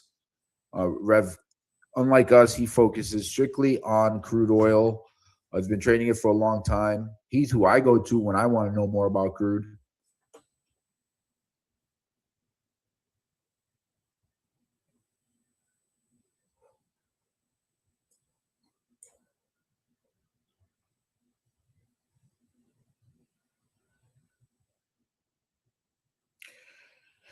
Yeah, look at this. We're petering out right below. Got within a tick of it, of the high. Yeah. And pull back, but it definitely looks like it wants to try to push. Yep. Looks like Rev is trying to get on here, so stay tuned for that. There he is. Welcome aboard, Rev. Hey, how we doing? Not too bad on this dull Monday morning. Good morning, Rev. It's not dull for crude. Yeah, thanks for coming on. That's you know, it's really helpful to get some color from you about crude because the indexes are stuck in the mud. Yeah, no worries. You know, I'm always happy to, you know, talk about, you know, well, talk with crude language. How's that? Figuratively and literally. So I was just chatting with one of the guys on our group in the back channels, and I've been asked this a bunch of times, and I kind of thought, you know what, you know, maybe this would be a great time to explain it to people because a lot of people don't understand it, and that's crack spreads. And I punch in here a lot saying that 3-2-1 crack spreads are rising, softening, whatever. Here's what that means, and here's how it works and why it matters for crude prices. When you take a barrel of oil, you refine it like one of the ways to refine it, and it depends on the grade that you're putting in, but is to turn 3 barrels of crude into 2 barrels of gasoline and 1 barrel of distillates. So 3 turns into 2 turns into 1, right? Distillates are things like diesel, jet fuel, kerosene, heating oil, heavier, blacker oil, whereas gasoline is higher value, more refined product typically. So what a crack spread is let's say a barrel of oil is $100, and that's the input cost, right? Well, let's back up. If you think of who the customers of crude oil are, there's only really one, and that's refiners. Yes, SPRs are the governments that buy crude oil for SPRs are a customer, but that's a different thing. And in the grand scheme of things, it's not that much. So if a refiner is going to buy a barrel of oil at $100, he needs to sell the products that produces at a higher price than that. So let's say that a $100 barrel of oil produces $120 worth of products, meaning gasoline and say diesel. The crack spread in that case is $20. So $100 gets you $120 worth of products you can sell from it. Okay. Right. So when you see the price of heating oil and gasoline going up, and you divide it, the calculation is 3 barrels of oil. The difference between 3 barrels of oil and 2 barrels of oil plus 1 barrel of distillates, when that starts to go up, crack spread is French for refining margins. It's basically the same thing. So when those margins go up, crude refiners, who are the big customer of crude oil, want more crude. When your margins go up, you want to sell more. So that's why when you see that go up, you end up with usually that's a demand signal, and they start to process more and they run harder. Each Wednesday, when the EIA releases its inventory reports, one of the things they also release is refiner utilization, which tells you how hard they're running. So when you start to see 3-2-1 cracks go up, refining margins go up, that means crude is in many cases very likely to follow. It's a great leading indicator. So if it's that simple, why doesn't everybody just do it? Because it's not that simple. But that's a good barometer for it. If you start to see crack spreads fall, in other words, refining margins narrow and crude is rising, that's usually a sign that you're probably not going to go much higher on crude, at least in the short term, simply because the refiners can't make any money at it. And when crude is at a historically high price with thin margins, that's a sign of demand destruction, meaning that, and demand destruction for energy is often a recessionary signal. So that's one of those things. When I post it in the room and talk with the guys in the room and the ladies, of course, we're getting a lot of those in, which are, I find, quite frankly, they're smarter than us on average.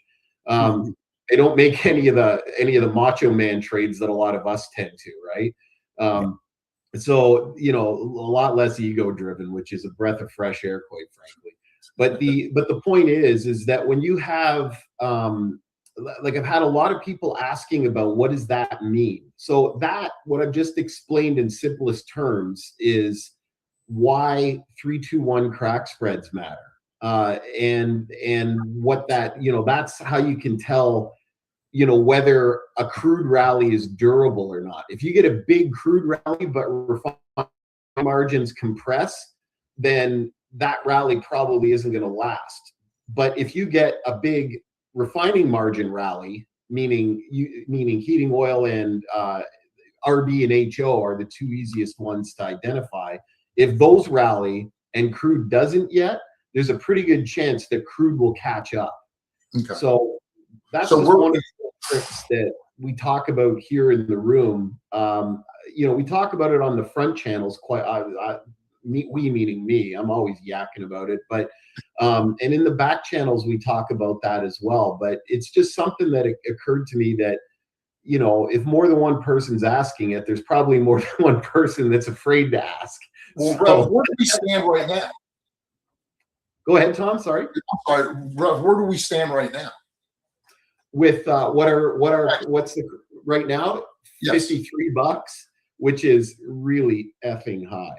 That's So you're strong. thinking. Okay, so let's start. So you're kind of thinking, or you're leaning towards a push in crude. Yeah, like that's exactly what I'm saying, is that, like crack spreads are rallying now. I'm just looking up at the top of my screen where it is, from 41.5 to 53 in the last 7 or 8 sessions. Like that is a very sharp rally. And if you look at crude prices, yes, they've rallied, but they haven't rallied that much. And so, so what I'm starting to see is pressure building here, where the Axios, whenever you see an Axios headline pre-market, it is like a money in the bank fade signal for me lately. Okay. They're trying to, I think they're being fed information and just posting it rather than verifying it. I could speculate to how why, but we deal with facts in here, and the facts are that that refining margins are strengthening. Demand isn't really going down yet, and crude prices are very likely to fall, are very likely to fill in that gap. So so Manny's always bugging me about levels. He's like, cool, that's a great story. Now, how about those levels, and where are you wrong? I'm glad you asked, Manny. Manny's so freaking disciplined that, he doesn't let me get away with that. So fair enough. And he's right.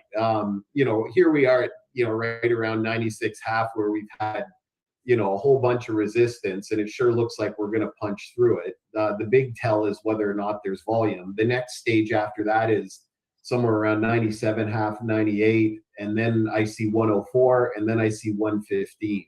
Where'd you get 97.5? Sorry, Tom? Where'd you get 97.5? That's what I was looking at. I wanted to ask. Yeah, 97.5, 98. Those are the overnight highs for the last few days. Okay, I got it. Okay. Yeah, like Globex, Globex is a great giveaway for, I find the jawbone triggers tend to happen on the Globex session. Whenever we hit critical levels, that's when you suddenly start seeing the tweets saying that, oh, Iran's offered a deal that the US can't refuse, and, and the Americans are going to pave Iran if they don't cave into their, it is just clockwork that you start seeing that on Globex. And that gives you, if you look at David Dubé's approach, which I think is a fantastic approach, except for some reason, stock index futures are kryptonite to me. If I make a recommendation, it's pretty reliable fade. But luckily crude not so much. But anyhow, the Globex session really gives you a great idea for what the daily levels are going to be. And so anyhow, to answer your question, Tom, that's where I get that from. I really do think, though, that we're going to see significantly higher oil prices. It just seems to be this pressure cooker building. I'm certainly not advocating for it. It's a lot easier to short oil than it is to be long it, because nobody other than a few countries, producers, really want to see great high oil prices, and even they don't want to see them too high, because it ends up leading to permanent demand destruction, which they don't like. So but that just seems to be what's happening right now. So where am I wrong? If we start seeing lots of volume and lots of selling, and it can't, the same things you always talk about, Manny, it really isn't rocket surgery, or rocket science, right? Nobody does rocket surgery, I guess. You were right the first time. It sounds smart, right? But that, you know, and it really would take some kind of a durable deal in the Middle East where people believe it over the long term. That really is a big deal here. You know, I'll extend it by one little thing here. One of the things that I'm watching is, you know, a lot of people are waiting for the quote unquote taco trade where, you know, suddenly the administration says, hey, we have a deal and everything's fine. Or excuse me, not that we have a deal, but that we're just picking up and leaving and letting the rest of the world deal with it because we don't care about Hormuz. Well, one of the problems with that is that that would completely screw Saudi Arabia and the Emirates and Iraq and, well, and to a less extent Iraq, but Kuwait, and all the Saudis would have to do is say, all right, fine. If you're going to leave, then we're turning the taps down because we have no way to get our oil to market. So we'll take 4 million barrels a day off, you know, off the global supply. And that'll send crude to $200. And the United States can't handle that, not over a long period of time. So that's just one of my theories of for example, Saudi Arabia, who's typically the OPEC swing producer, incentivizing the U.S. to stick around and finish the job. It makes me sick thinking about how messy this is going to get there, because there is no quick solution for it. And one other thing is that if you end up with Iran having a toll system for the Strait, you know, the other 7 or 9 choke points and straits in the world, shipping lanes, and not just for crude, but for everything, you know, they're all going to see that as a precedent and say, hey, they're charging a toll, we're charging a toll. Yeah, I was going to say that then they can continue, right? Yeah, and that effectively upends how global maritime navigation rules are, right? I mean, like you're Prices go high. Yeah, that's right. That's exactly right. So anyway, those were a couple of thoughts just for people, you know, if you're trying to figure out whether or not quick news headline spike, you know, I joked about it before, the nacho trade, you know, nothing actually changes Hormuz opening. Like that's the ACHO trade that I'm actually keeping an eye on, is that, you know, does it change maritime flows durably? Because all these countries that have shut in production, you can't just turn that back on only to shut in again, you know, another 2 weeks later. Like you know, without getting into a big reservoir and well engineering speech, that they're not taps, right? So that's kind of, you know, that's sort of the quagmire that we find ourselves in. Oh, what's crude doing? Holy cow, this is the first time I've been on Manny's show and the price of crude isn't crashing. Imagine that. Hey guys, give me 2 seconds. Yeah, I have to handle this phone call. I'm just gonna leave you with Rev and Tom. You're in good hands. Just give me 2 seconds. I have to handle this call. Rev's been great education. They learned a lot. I appreciate it. Not at all.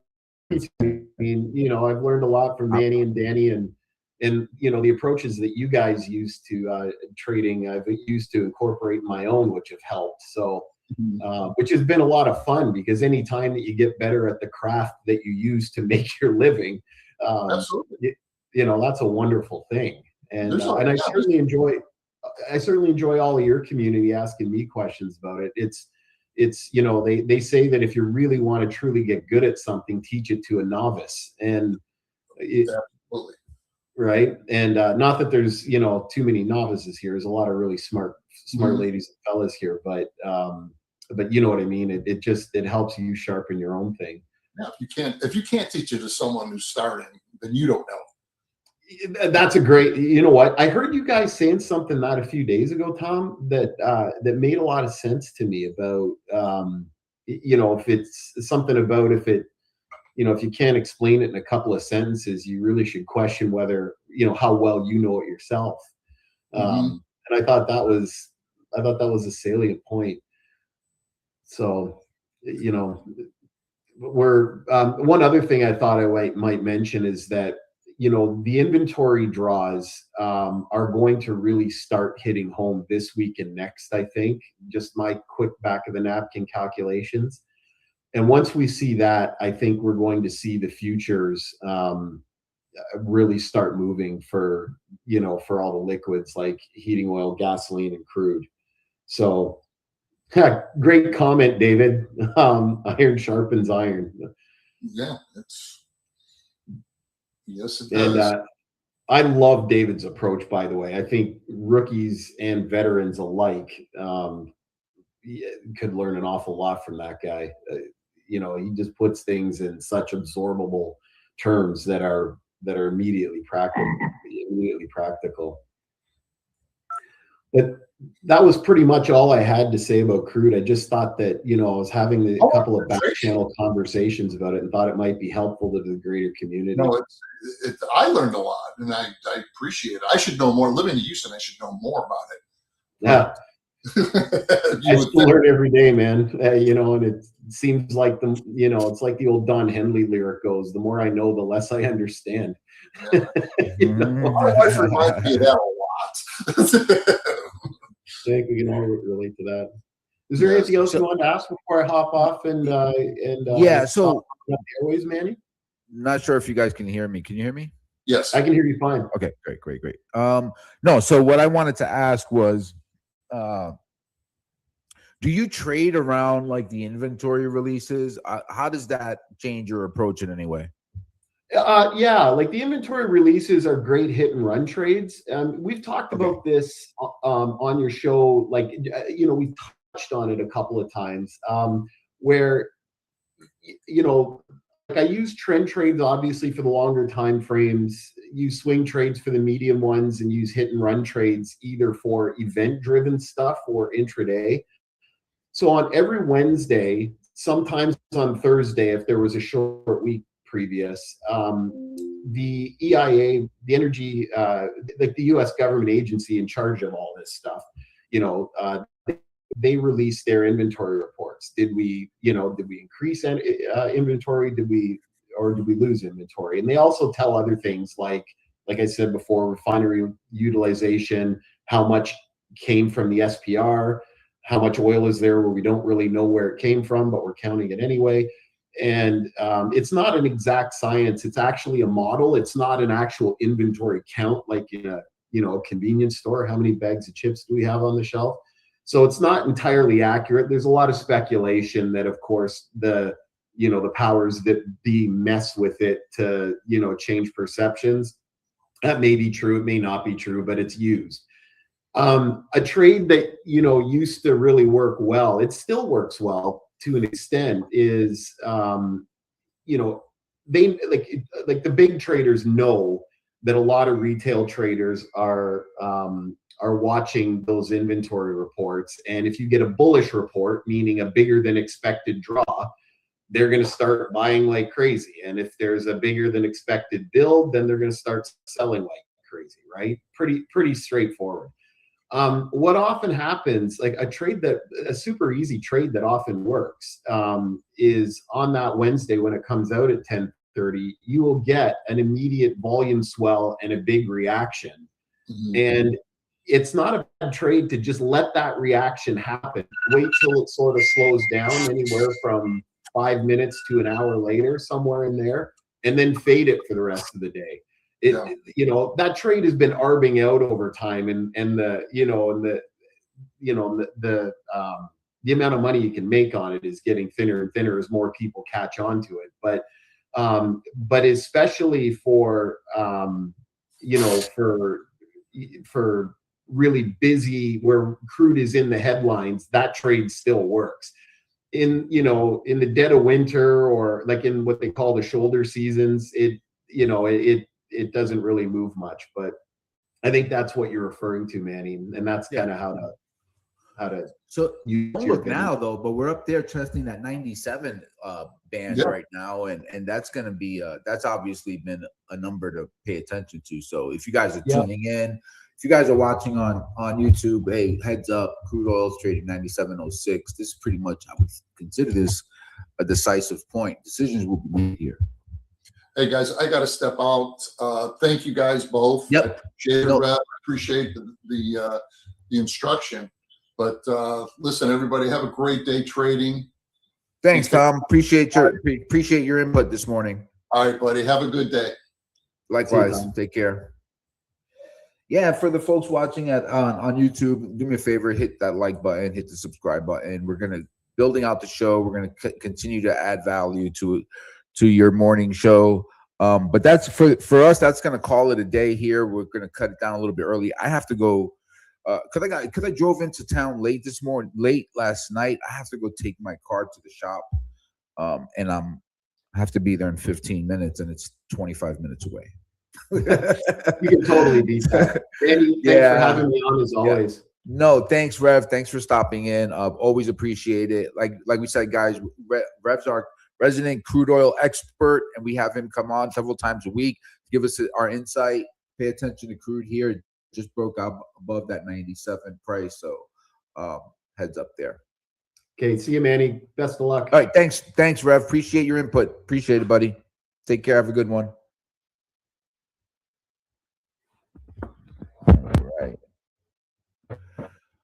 All right, guys. So let me just wrap up the show here. As I said, let's mute him there. Make sure that he's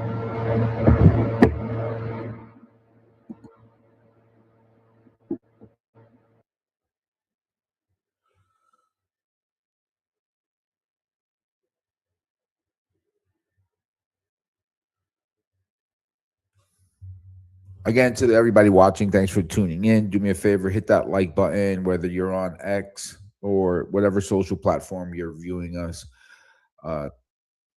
Just favor, hit that like button, hit the subscribe button. We're going to continue to build the show out and add value to everyone's trading. It's not just the indexes. We have crude oil experts.